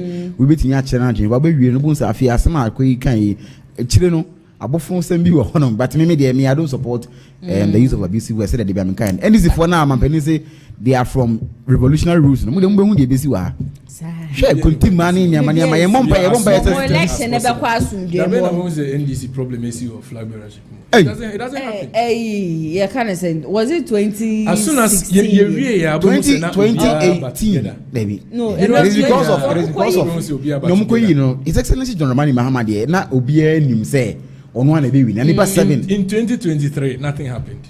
It is because in 2019 nothing happened. 2023 nipa na no oba otwe san ye otwe san ye the NDC we are united nti ye hu se wona ye de bema wa na ye de bema komando for one contest no Oche san na nipa 70 mi gina party no see this obi mpese obeji atum John Dramani Mahama His Excellency Sinaha do no beka se empunu ne bepunu afi na me say the mosquito person or challenge ne tumi kakra on so no so party chairman say next year party the disjointed front in there honum kokunim disjointed oh we dey got topics no so yeah see agrodi for me na no so a any ye behu and MP before the so many egu mu hu anim ase ye hu enu enu ase ye hu ye bobre now ma me say we free now so wada obenya na me nyina ya hwe instead of say party na wi no ombe reorganization omunye reorganization nye no ani o da bi yeah flag bearership elections e ba e no mo hwe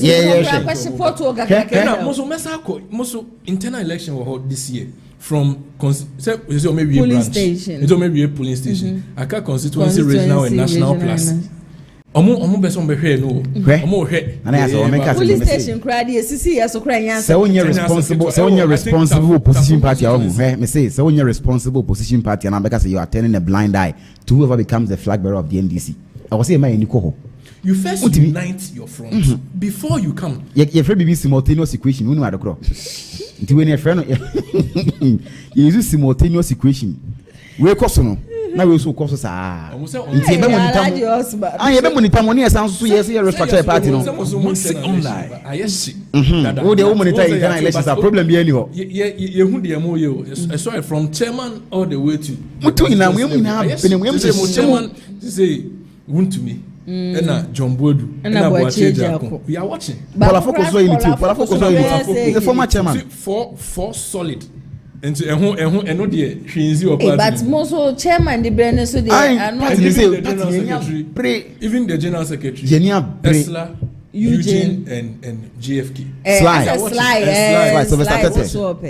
yeah ena even national treasurer Eugene Boache so former MP for Subin ono so ena Carlos Ahinkra ba national treasurer Carlos Ahinkra ko tam ballot box mo be national so the original chairmanship no so mo ayedin kakra o e sha sene nim say chairman Koka nko na contest but see ono wo Henry na kukufu so unity a ono so Nana yes, why you should never underestimate the potency of your opponent. I'm not saying I am underestimating, but we all know now this is going to be a culture for Boacheja. But looking at the team that to me has assembled, I'm sure listening, I saw that we are in for a hot one. This is a problem. Whoever is teaching to me English, the person he deserves a round of applause. Giddy pa because me am a chairman. Why are they? I'm not even why they but at least most to my own to me why. Oh, but at least I know what campaign would to party for the NP. Party for MCI minority leader questions further consultation claiming suspended 0.75% more charges. Kwekuma mesha say through. Tifo. I'm say na wo na MTN for the buy say Momo to bank transaction. There's going to be a 0.75% charge. Just say it's capped at 5 cedis for every transaction out there. Now, as a listening government, no say na MTN for na ye. It is only MTN NASA. And yet me who say Crawford yes say the e-levy aba. No, e-levy is not back. Okay. MTN the commercial charge they are two or more transactions so. Now, as a listening government, now here send a president Mama see Doc Ghana for is he pay us in far quickly in the one day. Crown a Bank of Ghana quickly respond there. Say we have suspended the charge that MTN want to bring into Momo FinTech for MTN in the suspension at two charge now non some of the First Junior so for further consultation because as a buyer no you per say share ninti amodi charge neto so because 5 cedis enye asam ketua because you hear number of transactions is because in a day millions of online as a listening government Bank of Ghana active fast say you per say further consultations as to nitia charge neighbor adena ye this charge we ede to Ghana for so ansana bibia say obibia be catch Ghana for ya catch we nya e-levy inka tax I dey ba inka obehu say akọ parliament me hu say MPP for me hu say yeah minority leader yes the e-levy aba I don't know when there was e-levy inka yeah the levy ba obi anim he knows the law say ebeko parliament answer as a draft na say committee bi wo ha say ehwe bill ni mu a wahwe answer na omasa be read the second reading of parliament answer na we can implement it for the president to assent it inti MPP they know the law inti omo e-levy no mo de buy na Ghana for soon yes na omo ntwem a ndis for abetwem no ehun yaw ene ehun eyi na mo pese omo de buy to say the MPP NDC ye the e-levy. Okay, so if we are understanding it clearly, and I say MPP for na friend say MTN for na share them no ma ye wo ma de no mo de ya ba. Commercial levy. The government has got nothing to do. The government of Ghana has no hand in this 0.75% charge. But being a listening government in Tiana, this suspension at also. Bank of Ghana, this suspension. But you know that already no transfer secure free. Wumomomu Ediaba. There's already a charge. There's already a charge. I know apply to all telcos. Yeah. But MTN specifically is putting a 0.5% charge for bank to wallet. 0.75% for bank to wallet charge. It's not even upon all transaction. Bank to wallet. That is when that's where the 0.75% is coming in. I'm not defending MTN, but I'm saying that it is bank to wallet transaction. That is where the 0.75% is coming in. Into any e-levy, there is no levy that has been imposed by government of Ghana. Okay, e-levy no krano no brand na wo honom na wo send more than 100 cedis. So say free wo bank say wo transfer their mo bi onu so use momo said then they are definitely going to take their charges. Okay. Yes. Into this 0.75% charge is from bank to wallet transaction. That's the 0.75% is coming in. This has nothing to do with government of Ghana. But the intervention of the government and they say, this suspension better so. Now your stakeholders ni MTN for bisa omo fintech say adena charge we modest service charge we edit to users so because Oshe Ghana MTN I think should be the most dominant user everywhere you go intina ye bisa MTN for further consultation. So I don't know where the minority leaders problem is as to why we are doing consultation. Should we just allow them to impose that charge online? This is not e-levy. E-levy there, your core parliament ni implement here. Say address a footy hole, say non-ti hole, we don't know. Ni ko find free ambulance no, or hospital money be 2 bi no. And also no share max no. No share max no. And omo implement e-levy. Omo we ensi hwa, and omo sako twa ho cake. Yeah. That was e-levy. This is not e-levy. We are service charge from bank to wallet transaction MTN Diaba. And government of Ghana said that suspend it until you come and answer questions as to why you want to impose service charge on Ghanaians. Okay, yeah. Mediano kweku bright. Nana asawa. Kweku akasa. Kweku akasa.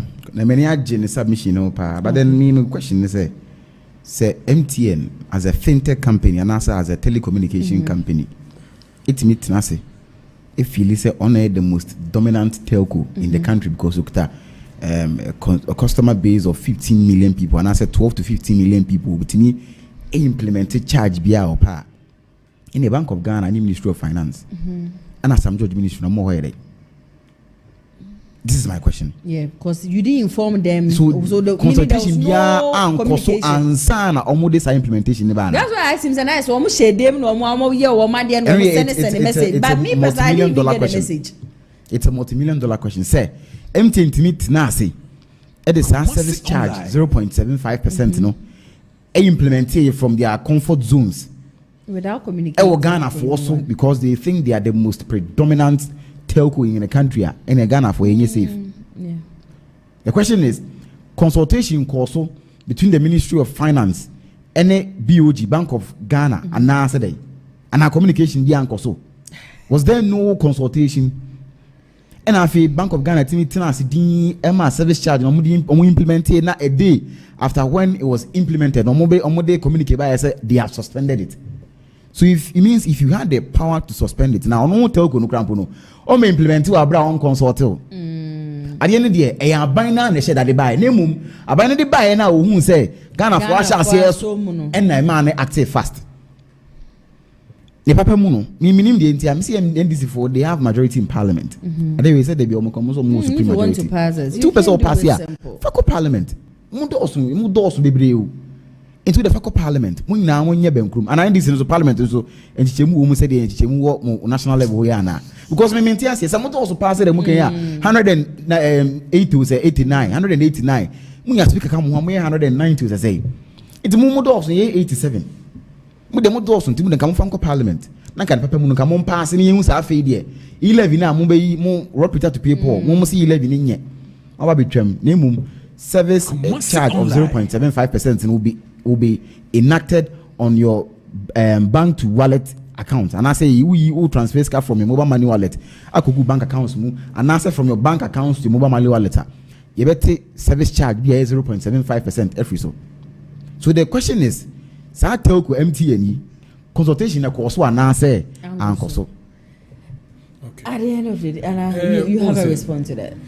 Government of Ghana, we have no hand in it. Send me sikano. Inka idea government by in Quebec Parliament. Yeah. Anything, any levy or tax that has to come has to go to Parliament. Yeah. But we anchor Parliament, the MPs are not even aware of anything like that. Yeah, in Nania Wahana MTN for the buy. Now, say e-levy, it will apply to all telecommunication companies. But this is from only MTN. Yeah. So why would we charge? And that's why this is not the first time I was say BB Parliament, Uncle Parliament. We ain't the first time. I know. We ain't the first time. I see a bank. We ain't the okay, so are you also trying to say be empty or almost empty for shots? Same one also. Ye ni asem. No, from one tested grounds from Shadi. Then from one pilot in the second of where near you. Where me say. When I'm also tax constitution tax in favor one side in one side. Taxes will never favor one side, but then we have one side and leave one side. We have piloting fees in project management. Your piloting fees and your subsequent fees. To the women for we tested grounds from Shadi. Me say I buying no. Say multi Bank of Ghana ho. Any Ministry of Finance ho. Na say MTN for the service charge. We have a beto bro man consulting one. Then you have failed. First June. Number shall say. Then it means MTN is a private company. It's owned by South Africans. I think yes, MTN is owned by a South African. It's that a private is 100% company. DSTV MTN is a public company. It's a private company. Is DSTV a public company? No. But some George had the guts to tell DSTV before say because it affects Ghanaians. Now MTN so it's DSTV before the buy. Affecting Ghanaians. Very okay. But me say the consultation behind behind the scenes and sana sa first June ultimately everybody then it means they are not even giving credence to you as Bank of Ghana any Ministry of Finance. No, into DSTV so increase omo charges no. Are you telling me there was also consultation? No, DSTV charges now. No, hold on. DSTV charges now other than it has been there since time immemorial. And then we saw that the difference it has been there since time immemorial. You are charging South Africans different, but you are charging Ghanaians higher. So the government had to come in.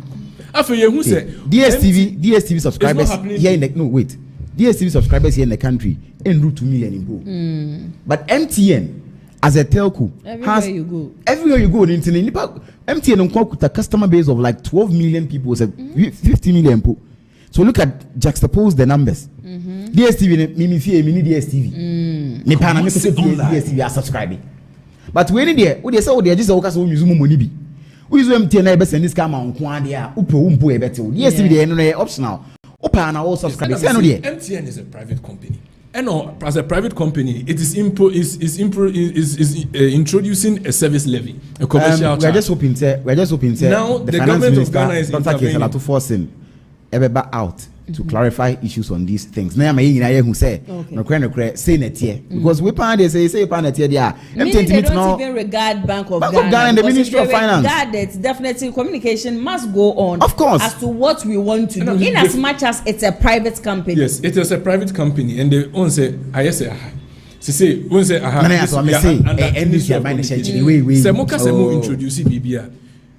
When you introduce it, and then the Ministry of Communication feels that things are not going on well here, then they will intervene here. But definitely, I personally can't just sit here and introduce something. There are board of directors. That will affect and definitely Bank of Ghana, MTN, Eshe Bank of Ghana say. MTN is not directly under the Bank of Ghana. MTN is a telecommunication. Bank of Ghana is finance. But anything concerning monetary aspect, anything fiscal, under Ministry of Communication, that is where. No. This has nothing to do with Ministry of Communication. No, this is a service charge. This is a service charge. It is a service charge. This is a telecommunication something. It's a service charge or whatever. So if you would have said, say, in consultation with Ministry of Communication, they are. And they say, "Was I come with some George Ministry? It is some George target to call Rabbi could be my." Say the DSTV, they buy our coin. We so better say one by any ministry. Yes, consultation.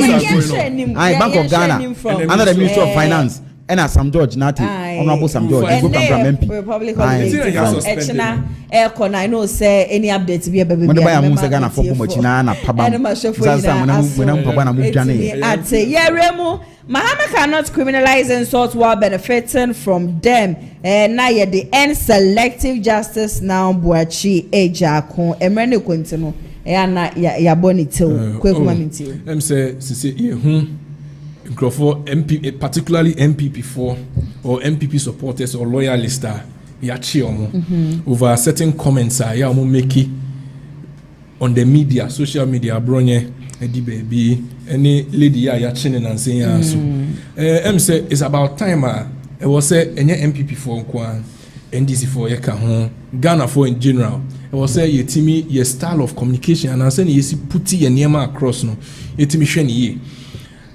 Abroad your style of communication, Obiabe to me, I testify, say it hasn't been the best. Yeah. And yet, say you see dear Temfa, Niema Waka, even wound to me, Chairman wound to me cry, Niema Waka a while in government. No, we are all here in this country. Now, if we are by Monoako opposition, this is the time where you are supposed to be reorganizing your party. This is not the time for you to be insulting the president. Now, lady cry your chin and saying, against the president. This is even treason. You are threatening the president. Because of political points, you say you score no. Am I enforce any man so? Okay. Until lady we know, everyone say. MPP4% almost taking a side. Until Boache Jako, I don't agree with him. Okay. And Mahama is not benefiting from any insults that is they say he benefited from it. That brought NDC to power 2024. Mahama hasn't benefited from any insults. Okay. The only reason why Mahama is in power and NDC is in power is because we are the better managers of the economy, and Ghanaians believed in our message. That is the only reason why NDC is in power. Okay. Mahama hasn't benefited from any insult. Akufo-Addo was also insulted. What happened? Did he benefit from anything? NPP was kicked out of government. And then Ghanaians believed in our message. They saw that we are the better managers of the economy. That is why we are in government. You have failed all of us. And then we haven't failed. We are delivering our promises one by one. Especially to the MPP supporters. Say, because of cyber crime and cyber security issues, and they send police for I wild on certain people. I'm putting be out there. IGP near my wild no. Because say this would have nothing to do with NDC. Only police for them. Okay, thank you very much, Brian. And I asked, "Wait, my refugee as me or kind in the genesis of Shasi Obebo can be say because they are the better managers of the economy. Yes, I don't know me refugee. Last week, a report to be from London Stock Exchange. I'm the reporter. Says Sub-Saharan Africa, West Africa has our 9 currencies here. The worst performing currency is the Ghanaian cedi. That is the worst. Not true. The worst performing currency. Stock exchange. Okay. We have different aspects. So wait for me to finalize before you tell me it is not true. Thank you. Timami Ansana. London Stock Exchange. London Stock Exchange. So pay our currency at the London Stock Exchange. Fine. Could you finish your submission? Finish your submission. London Stock Exchange Group, SA, Sub-Saharan Africa, offers 9 currencies using the Sub-Saharan Africa, West Africa. The Ghanaian cedi is the worst performing currency. Even as a time I peg cedi to dollar at 11.61 Ghana cedis to $1. There was a sharp decline. Ghana cedi at a rate of 10.38%. In Tanzania now, we can say inflation rate fine at 3%, but it is not reflecting know the somebody book mu there mbekunye. No, any book mu there. That is what we are trying. Now we know that the London Stock Exchange is not an entity. Ghana hani akase bia. Ghana how mu wenti. It is the London. The IMF also said. And then tie. Meba study is proper. I'll come here proper. To them I go back. Mahama, the president of Ghana, His Excellency, has benefited immensely from insults. Okay. Koku Dankwa knows this. I don't know it. Yenim mampani bia wanya atenidie se bi atenye hu mfaso wa chen mampani Mahama. Yenya brante bia na okrom ha otu kan kwahye abrochi na ote ne yere kitchen baabi. Etoto mane mpanimfo okrom ha. Kevin Taylor asem na making. Also MPP ni. No MPP ni. Kevin Taylor no MPP ni. To mane na se card metimi atena ya generate card aye flyer na me makọ print ene de card de ye ne say. Edidi mpanimfo atem okrom na ya se wo te se NDC ni panimu bia babonti abe distance no afisa Kevin Taylor asem oka no. Wo ti bi da wo hu bi da. Ebi ensida ene de wo ye free bibi Newton's laws of motion. Newton's third law of motion kire say otu bobo ba here esamba also to wait for every action there is equal and opposite reaction. Emra na wo position na idi atema otena broche ki kansem to mane empenifo okro we mu ahemfo na ewo mu religious leaders na ewo mu edi nya omoni mu adom ma wo no se wo nko na we no ye nya panimu bia mfree NDC mama na be distance no say abrante na de na oti abroche ho na we no ye ne mu hwe o man distance o mu na ene die some je fi gina ba bi ka kire jama boys kum na do ma yerade kum na do ma yen o se o man no ni na yanti bi wa na die oba na kwetena TikTok say erade yankopon ni ekrum han ma ho enkum president Mahama ma ye dia me support say yere nda me death enya dia ma we hye no me west enemy so krampo da wo nya dia a wo be susu obi da because man penit was this year no o nkrofo a mo dom no nkrofo mo dan na obo mo didi mo mu bidi intimi we hye da say owo mra man penit so ena bio me say I have never condoned the use of abusive language or the use of abusive words. But however, I didn't know nya so mfa so tie ho abadi yen. Ntumasa mo so mo nya so mfa so. Insult is what will bring your government to power. Insult is not what brings parties to power. Okay. It is not what brings parties to power.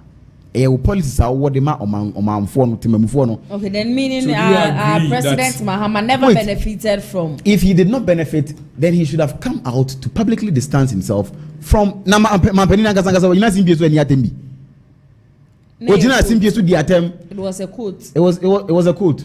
Nani asa it was a quote. It was a quote. It is about the economy. It was about the economy, stupid. What kind of was making? What about this one? And I'm quoting from what the president said during his campaign trail. Or say, what kind of stupid attitude is that? Ujina simpiso kan sase mu. Say enema Dr. Baumia jina simpiso o ye ne enema o radio so o no campaign o koka no. Enema said quote and unquote stupid. It is stupid. Enya temi nko ane sebi na ya said aboa Jimmy. Enya nko ane atemi o. Say Malik Basintali timi design flyer.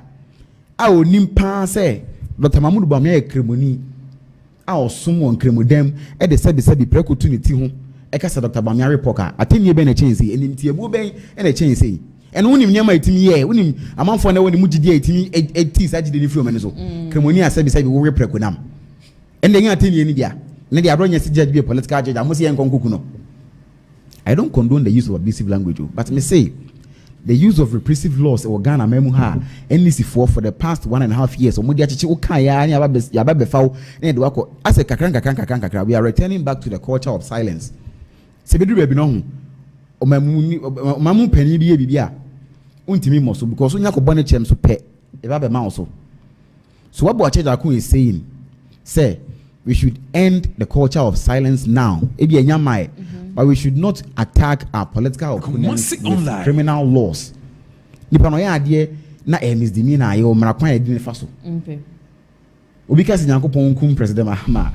Yes, what did President Mahama tell no threaten a treason. Treason so a mra obuso in the highest regard. You betim grandpa sentence so life imprisonment.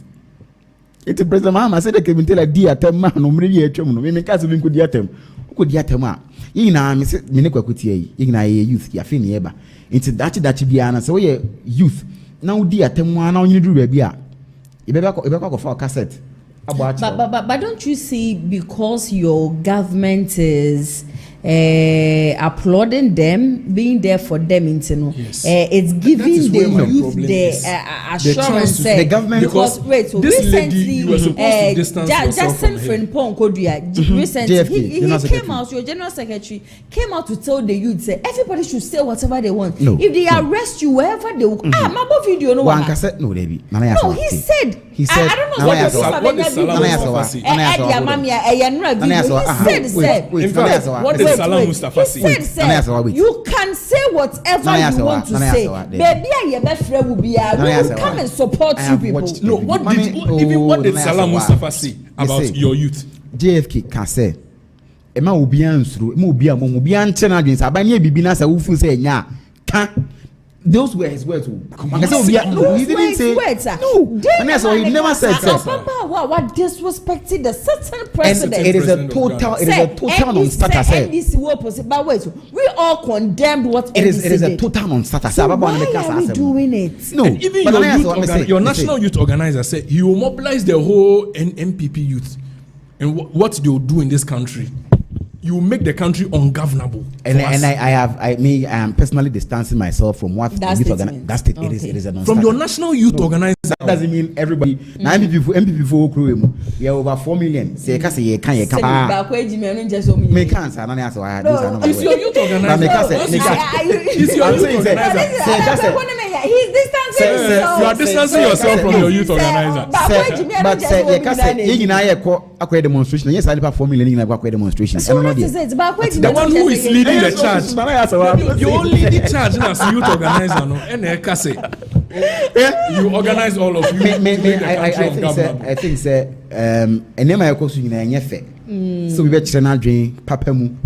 Now I say what channel drain to go channel. Media only arrested to date. I have said it countless times. I don't talk me. And I find it. To date, I meant to say, the guy who said doom so is back. Or no penny will be. Now what about Dentakumi? Dead. Forget about that. Dentakumi said judges be a Kotana baby and no a Kotana restaurant BDD. Was he able to show evidence? Was he able to prove it? When you just answer what you don't have evidence. I can tell you say what Kotana, and I know that it doesn't cause for arrest. Have you seen it? No, we are talking about a judge. So sue me in court. Sue me in court. That's why you was picked up. He was picked up. You have to invite me. No, he was picked up to come and answer questions in court. Since when now we could go be here? It's me to we say we are Napo sued Sami Jenfi. I think about 500,000. Was Sami Jenfi arrested? Was he arrested? He was arrested. He was never arrested. He was arrested and taken to court. He was never arrested. No, they didn't arrest you. We have to arrest you. No. And then we sue you. How would you even we issue an arrest for you? Who called for the arrest? 500,000. Wait. Let us learn Sadiwi. Say going to court. No, wait, hold on. Koku may say being arrested is not the only way you can get someone in court. You issue an arrest.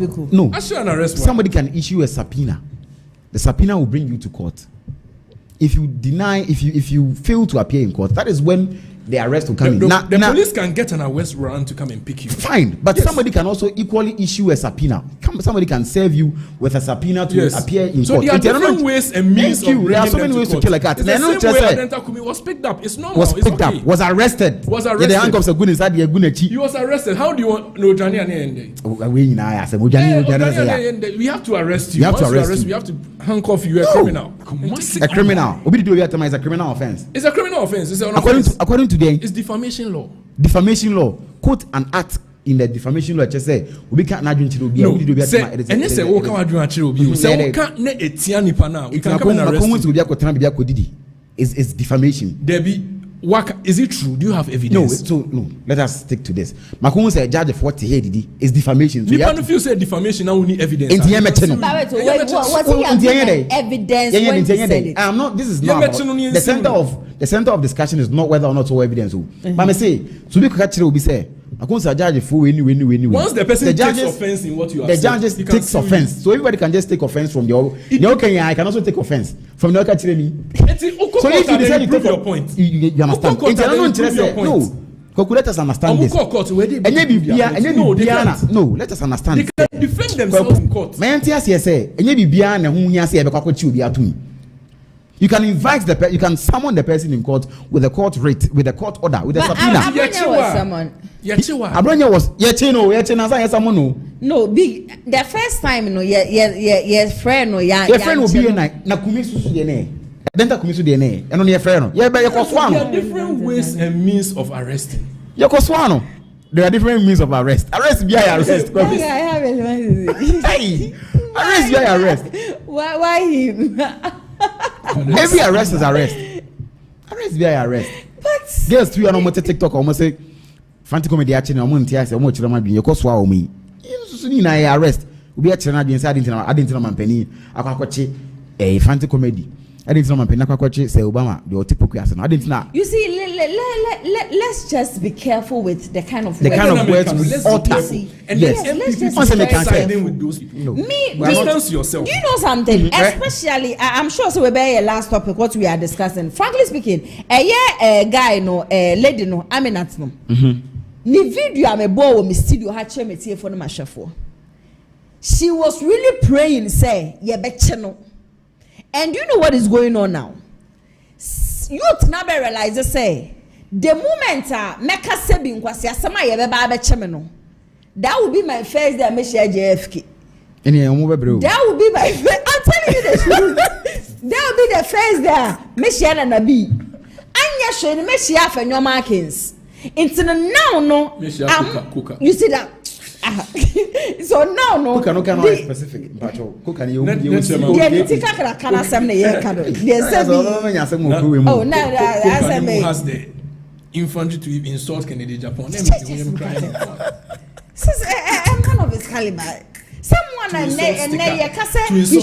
he should feed 4 people a day. He wouldn't be able to feed them. To insult someone. You see, the party, they benefited from what the guy was doing. Instead of correcting the guy, they never did it. Even an annual that what do a police force why you chini, ne lawyer need to be baba and say back at yes, and your police in no ordinary. How can you tell me that? Meanwhile, the same day, your friend the boy was one and I almost friend the police in your chin. Boy, you should baba and say that cat and Koka was insulted an officer. Look at all this. So your party, you have a long way to go. We have a long way. That is why we are restructuring the parties. You say no, the same national youth organizer. He said you will make the country ungovernable. This same national youth, he's now going for organizer. Just always have a big position for from. The fact on no contestant in Chile say automatically Obabedi. And I think you have someone like Benghazi to say Musa Chu before Fra. We will come and bend down a NDC headquarters. And it is an individual opinion. And meanwhile, the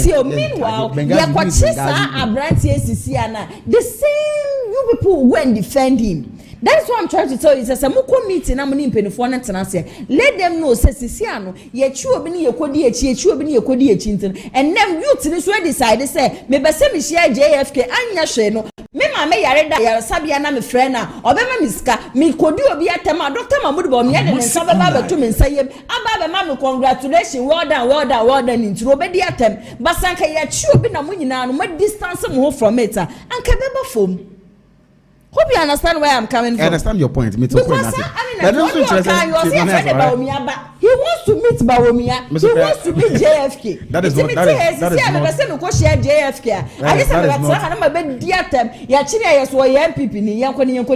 not a right way for this is not how we build a country. Party stalwarts. That is no way to build a country. But however, the use of repressive laws. No, the fact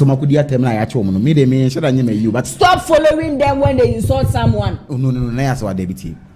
And also in Chile say the use of repressive laws. So obia kwa kanadwene ne ye kwa cheno na na yasa we no so mo hwe ne ye. Mo hwe no so ye. Bibia kwa papa enye krede. The fact say about 351 me starting read the comments. Emile was ye shia no. The fact say obia kwa kan asem a aban anasa aban mu pani bi na enya adwene ne Chile say ye ma national security for emechi ni pakro. Ye ma BNI for me fa ni pakro. Ye ma Iyoko me fa ni pakro. No. We should watch how we use repressive laws. Last 2 weeks, remember how much repressive laws. There are laws I see a shiny baby. Kitty say, Emmaning Chilena, Emmaning movie, Emmaning Nyamabia, freedom, no, Emmanuel Cancer, oh yeah. we should watch how we use. But we are all Ghanaians. Obi betre na adwene ye china. We will speak against it. But if you insult na say ye chiwa, mo obi enkodi nipa nechi. That is what I am speaking about. I understand your comment section and say, Emilia, my MPP, when did you start the lies? My party has shifted from this lie. Ekufuado, God gave you 8 years. You promised God 8 years. You couldn't fulfill the promise on the national cathedral. Do you think NPP will come to power? Never. NPP is a disgrace. They are wicked. Bawumia is using insult to reorganize NPP. This man Bawumia is not. He's collapsing NPP. NPP, please sit down and think fast. Your main problem is Bawumia. Sack him now before you get our vote. William Kweku was a nice one, sister. Thank you very much. Nanaya, whole leader of NPP promised God he couldn't fulfill his promise. I mean, Ekufuado, the cathedral. Do you think NPP will come to power? It means you are not truthful. What do you don't know? Nanaya, I have a wild dog. I want to deliver it to Kennedy, Japan. If the loser candidate enter his house, you should just open the door for him. But we heard his boys are not serious. Emilia. Now I see my former party NPP as my enemy. They are wicked. The time they are enjoying themselves, they are not thinking about us now in opposition. They are calling us debe people, wicked people. In fact, comment section I said Emilia Ajihonum for Richard was saying if the current leadership allowed the election to be done free and fair, who would vote for Wuntumi? Question for the gods. Or him I was say Wuntumi the scholar, give them. Or say Wuntumi black soul. Or say watch out Yabuating and his group. They will say they are sent from NPP and the liar Bawumia to sabotage the base. So Phobia Member TV, thank you very much. Or say the base Ghana first. Good job. Thank you so much, dear. And Brandon Yabe T Eja Molas and final words.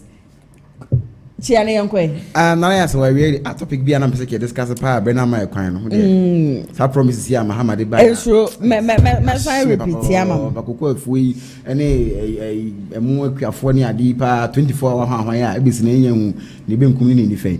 We dey mame emura Menchia South constituency na Menchia lawyer Kingsley Nana Bonsu Chirichi, the incoming assistant secretary for the Ashanti region. Na fe so Menchia Mama Ophelia Samaba Prempe Kese Mfresh and also any the next Ashanti regional women organizer. Na fe so Dr. Francis Adomakon Francois, the incoming secretary for the Ashanti region. Nani asawa mechia MPP phone na mechia test confo na mechia asamase constituency MPP phone na enso omunyina aje so kwekuchia na yo mezo mechia NDC phone na from your chairman to all polling station agents. Na me the special in chair ama Samoji Mensa Supremo, the incoming regional youth organizer. Na Masachi I think university phone na let's mobilize ourselves, let's as Yaba new semester, the activities be so let's all get prepared and let's take that. Thank you, University.